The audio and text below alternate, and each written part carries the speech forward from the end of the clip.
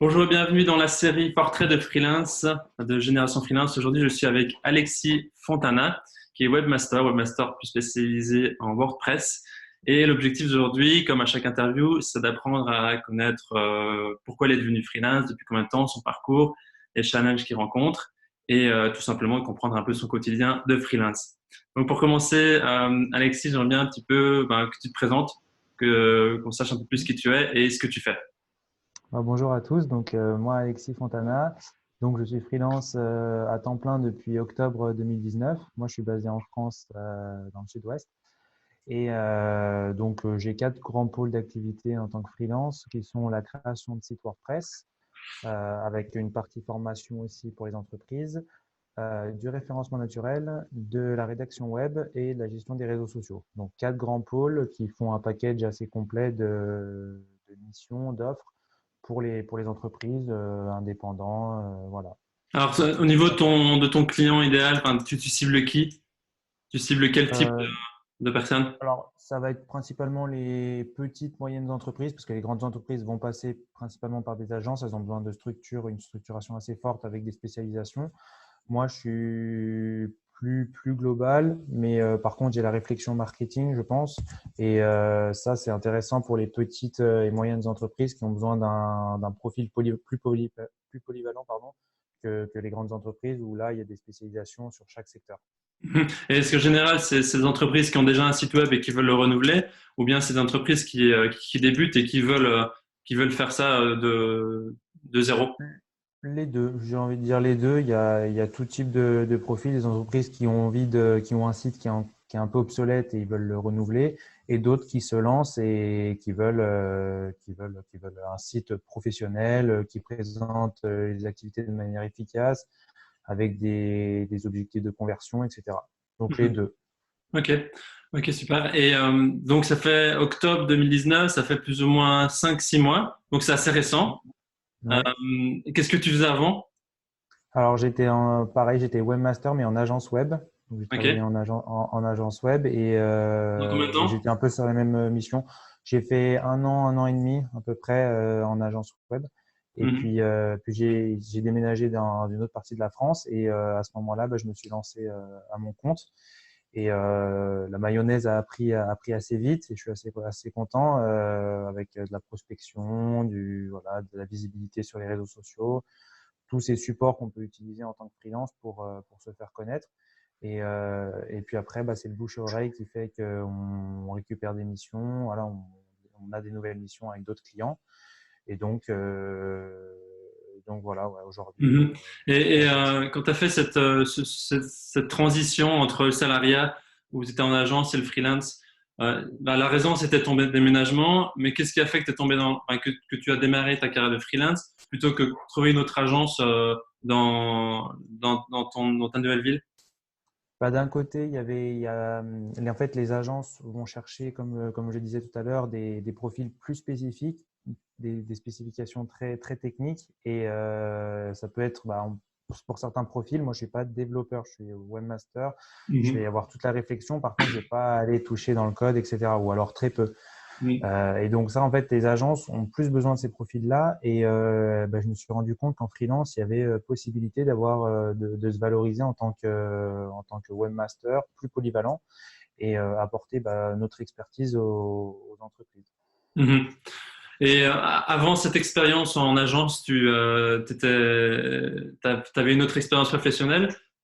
Alors après, j'étais en alternance. En fait, alors, je sais plus en quelle année c'était, mais voilà, j'ai fait mes études, j'ai fini, j'étais un an en alternance Mhm.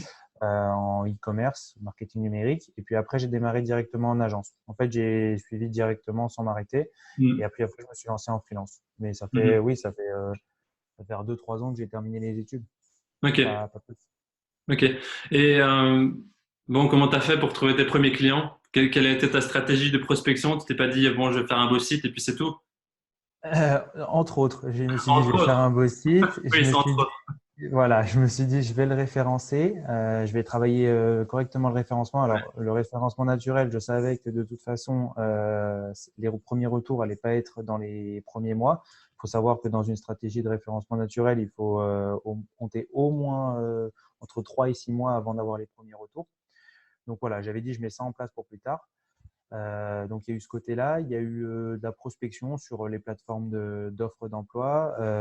J'ai sollicité aussi mes réseaux professionnels. C'est vrai que je suis assez présent sur le réseau LinkedIn et j'ai pas mal sollicité ce réseau-là et j'ai eu des premiers retours avec des anciennes connaissances, mon ancienne agence. Voilà, Donc, tu as engagé des discussions avec des gens que tu connaissais déjà sur LinkedIn ou aussi des gens que tu connaissais pas, les deux?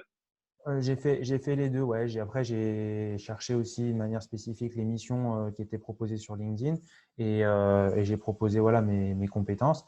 Et j'ai eu des missions, oui, sur des gens que je connaissais pas du tout. Et voilà, c'est un peu j'ai pris l'initiative d'aller les contacter. Et puis, c'est passé dans certains cas, hein. Il y a eu des fois où ça passait pas, d'autres, oui. Et voilà, mais bon, faut avoir l'envie, la niaque pour Mhm. aller chercher les missions et puis derrière, bien faire le boulot pour que ça fonctionne. Mhm. Oui, donc tu as mis en place une stratégie où tu vas parler à ton entourage, à ton réseau proche pour commencer, pour trouver des premiers clients, pour après te faire un bouche à oreille et que ça grossisse comme ça. Et est-ce C'est que tu ça, tout as à fait. participé à des événements ou à des groupes d'entrepreneurs ou des séminaires? Ouais, ouais, alors je me suis inscrit localement dans des groupes d'entrepreneurs qui permettent en fait de s'échanger des cartes de visite, discuter de tout et de rien. Et voilà, dès qu'on entre un peu dans la tête des gens, on pense à nous quand on Mhm. dit web, enfin, dans mon cas. Euh, voilà, on essaye voilà, de devenir une référence dans notre domaine, tout en gardant un côté convivial, amical. Mais voilà, c'est créer des Mhm. relations pour Est-ce que que aujourd'hui ou demain, ça paye. est-ce que ça a apporté ses fruits en termes de clients générés avec les groupes d'entrepreneurs? Je suppose Alors, que c'est plus à moyen terme, voire long terme. voilà, c'est plus sur du moyen à long terme, mais oui, déjà des premiers retours, des premières discussions avec des personnes. Et il y a alors moins que sur de la prospection sur LinkedIn, mais après, bon, chaque cas est spécifique. Mais oui, il y a un potentiel et il suffit qu'il y ait une mission qui soit décrochée et voilà, c'est le gros lot. Donc, Mhm, ouais. pour moi, faut jouer sur tous les réseaux, toutes les cartes, tous les supports pour gagner en visibilité. Mhm. Et les réseaux Justement, entrepreneurs en font partie. Et justement, en parlant des autres réseaux, si à propos de Facebook, YouTube, Instagram, est-ce que tu as utilisé aussi ces plateformes-là pour te faire connaître un petit peu? Alors, Facebook, oui, Twitter également, mais moins. LinkedIn, oui. YouTube, par contre, je n'y ai jamais fait. Bon, après, c'est faute de temps et, et après, voilà, faut avoir le contenu Faut spécifique. prioriser, ouais. Je préfère Ouais. voilà, être concentré sur une plateforme à fond. Et si Mhm. je vois quelques retours, bah, continuer plutôt que d'aller me disperser à droite à gauche en faisant un tout petit peu. Mais j'ai beaucoup fait sur Facebook via les groupes Ouais. Facebook. Mais c'est d'ailleurs comme Euh, ça que je t'ai trouvé via les groupes freelance en Suède. Donc ça marche. voilà, ça marche, ça fonctionne. Et donc après, ouais, LinkedIn, Twitter un petit peu et pas trop Instagram parce que moi dans mon domaine c'est moins visuel pour un graphiste, Mhm. mais pour un graphiste par exemple C'est c'est top, ouais. très intéressant, je pense. Et Twitter, quel type de contenu est-ce que tu publies? Euh, sur euh, sur LinkedIn, principalement des contenus à valeur ajoutée orientés WordPress, vu que c'est mon cœur de métier, voilà, alimenter sur de l'actualité en lien avec WordPress, donner des conseils aussi, c'est important, Mhm. voilà, faut donner une valeur ajoutée pour recevoir derrière. Donc, je suis plus dans cet esprit-là, dans cette dynamique-là. Et voilà, ouais, vraiment, je me garde en tête d'apporter toujours une valeur Ok. ajoutée dans mes contenus. Même chose sur Twitter, là. Tu partages le même type de contenu sur Twitter. Ouais, généralement, ouais, je fais souvent voilà le contenu de LinkedIn repart sur Twitter. Mhm. Par contre, sur Facebook, après, c'est plus Ouais, de la de discussion. l'échange voilà, des discussions. Ouais. Où tu réponds, où tu aides quelqu'un qui a une question sur un groupe. Ouais. Voilà, par exemple, je propose Mhm. pas que je propose, mais voilà, j'apporte un conseil et si derrière, bah, ça peut aider, voilà, c'est tout gagné. Mhm. Est-ce que tu avais d'autres stratégies de prospection? Est-ce que tu as par exemple utilisé une liste email? Non, parce que en lien avec le RGPD ici en France, c'est quand même assez compliqué on peut pas acheter des bases comme ça. Voilà, il faut Mhm. avoir le consentement derrière. Donc, je me suis pas encore concentré là-dessus. Je fais quand même des inscriptions voilà, sur mon site, j'essaye d'apporter, comment dire, mettre en œuvre par exemple un e-book pour générer de l'email. Ouais. Voilà, c'est des stratégies qui sont plus longues, qui demandent du temps et voilà, au quotidien, c'est pas souvent simple pour pouvoir le mettre en place et donc je ne l'ai pas Mhm. utilisé encore aujourd'hui. Après, Mhm. j'envisage comme autre support prochainement d'utiliser Google Ads parce Ouais, que ce le que j'allais te référencement demander. payant. Voilà, donc Au le niveau référencement payant. des bannières ou plutôt YouTube et Facebook Ads? Je serais plus au niveau des annonces publicitaires dans les recherches Ok. plutôt. Mm. Mhm. Parce que, enfin, justement, c'était une de mes questions. Est-ce que tu penses que toi, pour ton activité de freelance, est-ce que c'est cohérent de faire de la publicité Facebook et YouTube? Moi, j'ai déjà la réponse, mais je voudrais avoir ton point de vue. Alors, de mon point de vue, qui n'est pas, je pense, peut-être la généralité pour tous, je pense aujourd'hui que Facebook soit pas forcément la plateforme la plus pertinente Mhm. pour donner de la visibilité. Après, peut-être il faut le tester, Ouais. Et pour l'instant, ouais, YouTube et Facebook, c'est pas des plateformes que j'utiliserai aujourd'hui. Mais peut-être que Mhm. demain, mon Mhm. point de vue En changera. fait, ça va dépendre de ton aussi de tes commandes. Si tu as beaucoup de clients et que tu n'as pas de nécessité de faire de la pub, bah, ça sert à rien, Ouais. quoi. Si tu as un Surtout carnet qui est rempli, voilà.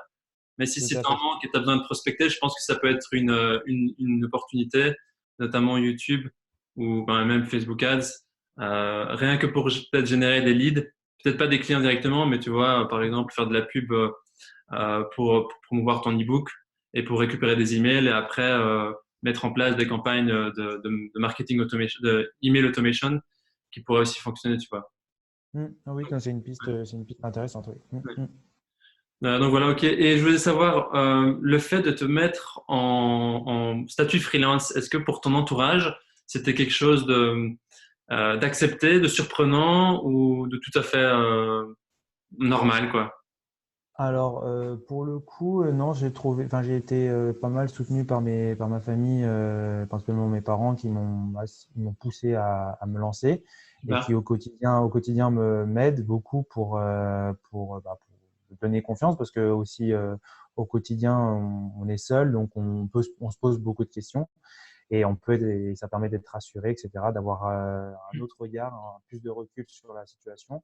Et non, pour le coup, mes proches m'ont soutenu dans la démarche et ça aide beaucoup au quotidien quand on cherche, etc. Ça donne confiance et je pense que ça peut se ressentir dans nos discours envers les clients. Tout à fait. Et au niveau de ton entourage, plutôt amis ou ex-collègues, comment est-ce qu'ils ont réagi? Non, ils ont plutôt bien pris la chose. Ils ont été aussi très positifs. Ils m'ont aidé à me faire connaître, etc. Donc ça, c'est Super. super important d'avoir déjà Alors, un réseau amical comme cela, ouais, dans ce type-là. Et pour moi, ouais, c'est essentiel et ça a été une bonne aide dans les premières semaines, les premiers mois, ouais. bah, c'est super parce que parfois j'ai des retours de freelance lors de discussions, d'interviews. Ouais, comme quoi, parfois leur entourage, que ce soit parfois certains amis ou certains collègues, qui vont les influencer avec leur peur, tu vois. Et donc, c'est super important d'avoir un entourage qui te soutient comme ça. Et je pense que ça participe, ça contribue à ton succès, en fait, je pense. Ah, je pense aussi, ouais, ouais, oui, ça doit pas être simple au quotidien si même sa famille proche ne Ouais. soutient pas la démarche. Ouais, je peux comprendre que C'est pas une histoire ça de peut pas être. soutenir, mais c'est plus influencer avec les peurs, tu vois. Genre, peur Ah oui, de quitter la sécurité de l'emploi, peur de l'échec, enfin, tu vois, de pas bah, trouver, c'est plus, ouais. de Bah, pas dans attirer mon des cas, clients, c'était tu vois. plus moi qui me posais ces questions-là en me disant Ok. est-ce que tu n'as pas fait un mauvais choix, etc. Et le fait d'être soutenu, bah, ça a aidé dans les Mhm. premiers mois. Oui, oui, justement, c'était justement ma prochaine question. Au niveau de tes peurs et blocages internes à toi, enfin, c'était quoi si tu peux développer un petit peu? Alors, dans les premières semaines, les premiers jours, etc., c'était de se dire, parce que j'ai démarré en fait du totalement salarié à totalement freelance. Et Ouais, c'était de savoir si je faisais pas un temps partiel à côté ouais, pour assurer, pour assurer le coup. en Parce que parallèle. voilà, je touchais pas le chômage, etc. Donc, si je générais pas de revenus, c'était zéro pour moi à la fin du mois. Donc, ça pouvait pas durer éternellement. Donc, d'un côté, ça m'a poussé à donner le Y aller. maximum. Et c'est dans ces moments-là où on est entre guillemets dans la difficulté qu'on cherche les idées, les bonnes idées, et c'est comme ça qu'on les trouve. Et, et puis après, ouais, au quotidien, voilà, ne rien lâcher. Mais ouais, les peurs, c'était plus ça, c'était de se dire, est-ce que je vais générer assez de revenus pour pouvoir en vivre dès les premiers mois? Mhm. Donc, c'est monté crescendo. Et heureusement, voilà. Donc, mais oui, c'était les principales peurs, c'était dès le début de savoir si je me lançais ou pas à 100%. Ouais, ouais. Parce qu'il y en a qui adoptent des stratégies où ils sont salariés, ils font ça en parallèle, et puis quand ils génèrent assez de revenus, ils pivotent. Et puis, Alors que ouais. toi, t'es du jour au lendemain, et je pense que ça Ouais, donne un bon coup de boost pour y arriver, quoi. c'est Super. ça, tout à fait. Et aujourd'hui, tu en vis normalement, confortablement? Confortablement, ouais, depuis à partir du troisième mois, deuxième, troisième mois, j'ai pu ouais, sortir un salaire confortable et pouvoir le stabiliser. Alors après, il y a Mhm. des hauts, des bas, mais voilà, le stabiliser pour pouvoir en vivre Mhm. correctement. Et est-ce que si je peux appeler ça un carnet de commandes, est-ce que ton carnet de commandes est assez rempli pour les prochains mois, ou bien tu te dis, mince, je vais devoir prospecter un peu plus Alors là, dans le contexte d'épidémie du coronavirus, ça complique un peu la chose. Ça donne un peu d'incertitude pour les prochains mois. On ne sait pas trop comment les entreprises vont réagir, les budgets com qu'elles vont allouer, parce que il est vrai que les budgets com, bah, c'est les premiers budgets qui peuvent sauter coupés? quand la conjoncture économique devient difficile. Et donc là, il y a un peu d'instabilité sur les prochains mois. Il faudra, je pense, relancer. Il faudra que je relance voilà, une grosse phase de prospection. Et après, maintenir avec les clients actuels. Mais des fois, certains stoppent les collaborations parce que le budget ne suit pas et parce que la conjoncture ne suit pas Mhm. également. Donc là, on va entrer dans une phase un peu difficile. Mais voilà, il faut Et, continuer à ne pas lâcher les efforts.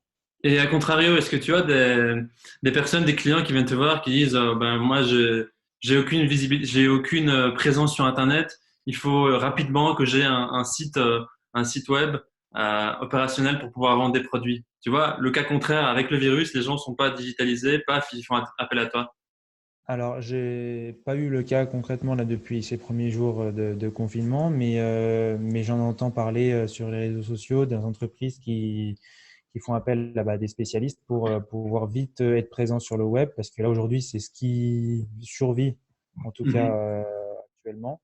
Et donc là, oui, dans ce cadre-là, aujourd'hui, moi, j'ai pas eu de sollicitation particulière, mais ça pourrait peut-être venir très rapidement. Mhm. Ok. Justement, en parlant d'insécurité par rapport à l'avenir, on va dire, quand on est freelance, comment est-ce que tu fais au niveau de la contractualisation avec tes clients?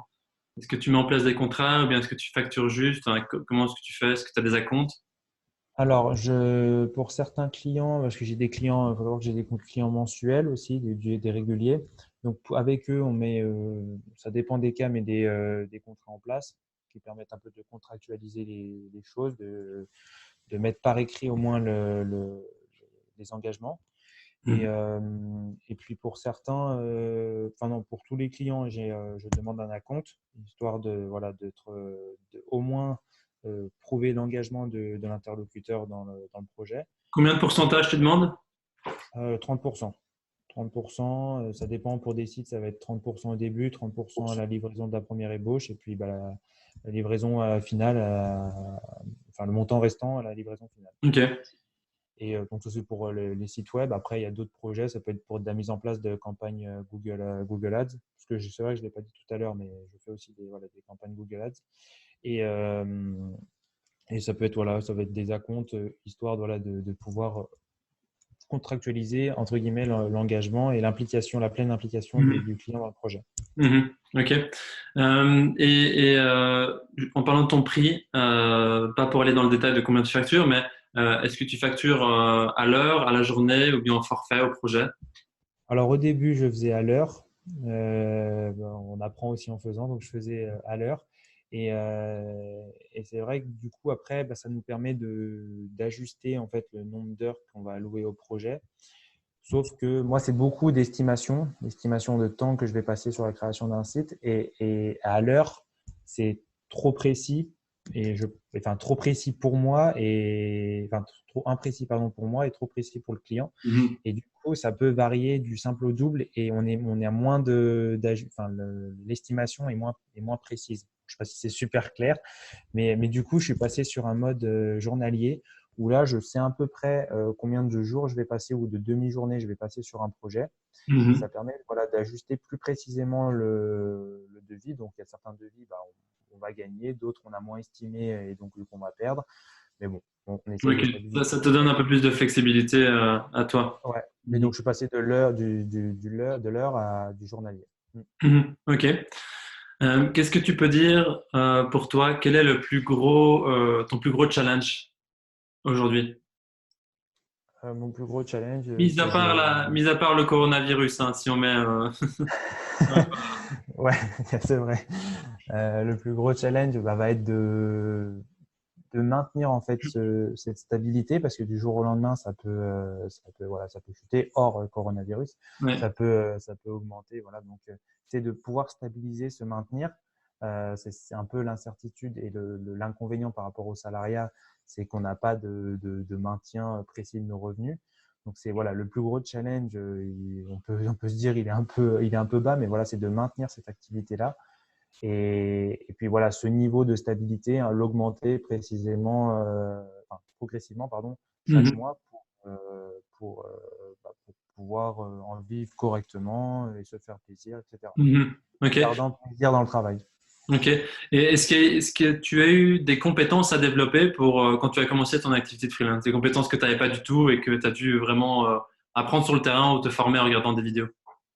Je dirais la partie commerciale, parce La que c'est vente, pas ouais. non plus, voilà, la vente, se Ah, rien, vendre, c'est le plus difficile. Donc voilà, se savoir se vendre, vendre, quoi. savoir se vendre, ne pas se dévaloriser. On a tendance, les clients vont tirer vers le bas pour tirer vers aussi le bas les prix. Mhm. Et donc moi, voilà, c'était d'être fier de moi, fier de ce que je propose, voilà, d'avoir confiance dans mon discours. Et voilà, ouais, aujourd'hui, ouais. Ok. Bah, je pense que c'est la bonne manière de le faire, d'avoir. Tu sais, il y a souvent beaucoup de freelance qui ont un peu le syndrome de l'imposteur, qui pensent qu'ils sont pas légitimes d'y arriver. Et je pense que le fait que tu dis, je suis fier de moi, je suis convaincu. Si tu es déjà convaincu de ton offre, eh ben, tu seras d'autant plus convaincant envers ton client. Voilà. Et il Éviter, adhérera plus à notre discours. Ouais. ouais, éviter de baisser les prix trop. Est-ce que tu penses que on va dire, une carrière de freelance, c'est fait pour tout le monde? C'est fait pour ceux sont motivés. Je dirais Mhm. qui sont motivés. Faut pas comment dire, se contenter du minimum. Faut toujours aller chercher, etc. Donc faut avoir un profil avec plusieurs casquettes. Une casquette commerciale, une casquette, bah, dans mon cas, web, une casquette, d'avoir de la motivation, voilà, et d'être multicasquette, de jamais baisser les bras, de bien s'entourer aussi, familial et puis client, parce que il y a des fois des clients qui peuvent nous faire entre guillemets perdre notre temps. Mhm. Voilà, donc c'est bien s'entourer de tous ces profils-là, d'avoir confiance en soi pour réussir. Mm. Mhm. Et si demain imagine si demain on te propose un job dans le salariat, euh, alors qu'à côté tu as ton activité de freelance qui marche, qu'est-ce qui te dit, à l'intérieur de toi, qu'est-ce que tu choisirais? Est-ce que tu te dirais non, je continue mon activité de freelance ou je préfère avoir aller dans le salarié? Euh, Bah là, déjà, il y a 2 mois, j'ai refusé un CDI, chose impensable. Pour moi, j'aurais jamais dit, voilà, voilà, enfin, refuser un CDI. Donc j'ai déjà été dans la situation. Je me suis posé la question de me dire, est-ce que tu changes et tout. Donc moi, de mon point de vue, non, parce que j'avais des clients actuels, j'avais du travail régulier, mon planning était rempli. Mais demain, si l'activité doit baisser et que je puisse plus en vivre, et que d'un autre côté, il y a une offre qui Mhm. m'est proposée, que j'ai une sollicitation, j'y réfléchirai. Mais du temps où j'aurai toujours un planning rempli, des missions régulières et au moins la possibilité d'en vivre, je continuerai en tant que freelance. Parce que Mhm. c'est liberté, c'est moins de contraintes hiérarchiques. Non, il y a beaucoup d'avantages avec freelance. Mhm. Mm. À ton niveau, enfin, à ton avis, c'est quel type de liberté qui te passionne dans le freelance? Parce que chacun a Ça sa consiste notion sur de la liberté. liberté. Voilà, il y en Ouais. a, c'est enfin, je te laisse répondre. Non, bah après, il y a la liberté au niveau de son planning, des temps. Moi, je sais qu'il y a des soirs où j'aurais été au bureau en entreprise enfin, à 18h, 19h, on quitte le bureau. Alors que moi, des fois, après manger, le soir, je continue à bosser parce que j'ai envie. Il y a d'autres soirs, j'aurais moins envie. Donc, voilà, c'est en fonction aussi de son ressenti, de sa manière de faire. Je bosse aussi les week-ends, chose que j'aurais pas pu faire en Mhm. salariat. C'est cette liberté au niveau planning, cette liberté en pleine journée de se dire je vais faire une grosse pause parce que voilà, j'en ai plein la tête et il faut que je me change les idées d'aller Mhm. courir, faire du vélo, etc. C'est cette liberté-là, cette liberté, oui, comme je disais, hiérarchique, où il n'y a pas de pression Mhm. particulière. Voilà, c'est que notre travail. S'il est bien fait, les clients seront contents. S'il est mal fait, ben, on perd le client. Donc, Mhm. Tout à fait. voilà, ça nous pousse aussi à faire donner le meilleur. Mhm. Donc, c'est toutes ces libertés-là, c'est pour toutes ces libertés-là Ouais. que Bah ouais, j'aime. tu englobes vraiment tout. Il y en a d'autres, c'est aussi la liberté géographique, qui ça leur permet de voyager où ils veulent. Euh, Oui, voilà. Et c'est liberté vrai. financière aussi. Ok, mais donc, est-ce que entre ta période de salariat et de freelance aujourd'hui, est-ce que tu sens, toi, que tu es, une personne plus épanouie et plus heureuse, ou bien ça change pas grand-chose? Ah, si, pour moi, ça m'a grandi. J'ai pris une maturité, je pense, plus importante. Parce que voilà, moi, aujourd'hui, j'ai 22 ans. Si, j'ai gagné en maturité, j'ai gagné en confiance, j'ai gagné sur tous les points, Ok. honnêtement. Donc, peut-être le seul petit regret, ça serait que j'ai pas pu prendre encore peut-être assez d'expérience. J'ai pas pu prendre assez d'expérience comme je voulais en agence. J'aurais pu apprendre peut-être de nouvelles choses en étant en agence. Du coup, là, je vais pouvoir quand même apprendre en faisant des formations. Mhm. J'ai toujours la possibilité de me former, mais ça serait peut-être le seul inconvénient, le seul regret, c'est comment dire, dans le parcours standard, ça serait voilà, de bien prendre un maximum d'expérience en entreprise pour Mhm. après se lancer en freelance. Mais aujourd'hui, ça ne me pénalise pas dans mon quotidien. Peut-être que demain, oui, mais aujourd'hui, non. Mm. Et comment est-ce que tu gères le fait de devoir d'être autodiscipliné? Il y a certaines personnes, ils ont peut-être du mal, le fait d'avoir son planning à soi. Il faut pas faire de grasse mat tous les jours. Mais comment est-ce que tu gères Ouais. tout ça? Comment est-ce que tu Bah, c'est disciplines? vrai qu'on en parlait tout à l'heure du fait qu'il voilà, faut avoir une certaine rigueur aussi dans le travail et qu'il y a des libertés, mais il faut aussi, on a aussi des droits, enfin des devoirs, pardon, vis-à-vis des clients. Moi, après, ça dépend des profils. Moi, je sais que je suis assez rigoureux, assez consciencieux dans mon travail, dans ce que je fais au quotidien. Voilà, quand je vais faire quelque chose, je vais le faire à fond. Ça dépend, oui, des profils. Il y a des profils où avoir trop de liberté, ça les pénalise. Ouais, Euh, ouais.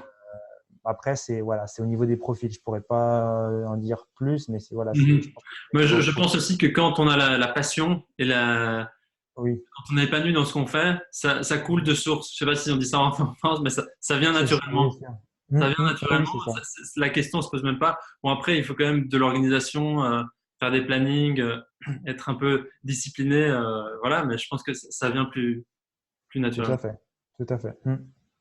Ok, super. Ouais, on arrive tout doucement à la fin de mes questions. J'ai encore une ou deux questions pour toi.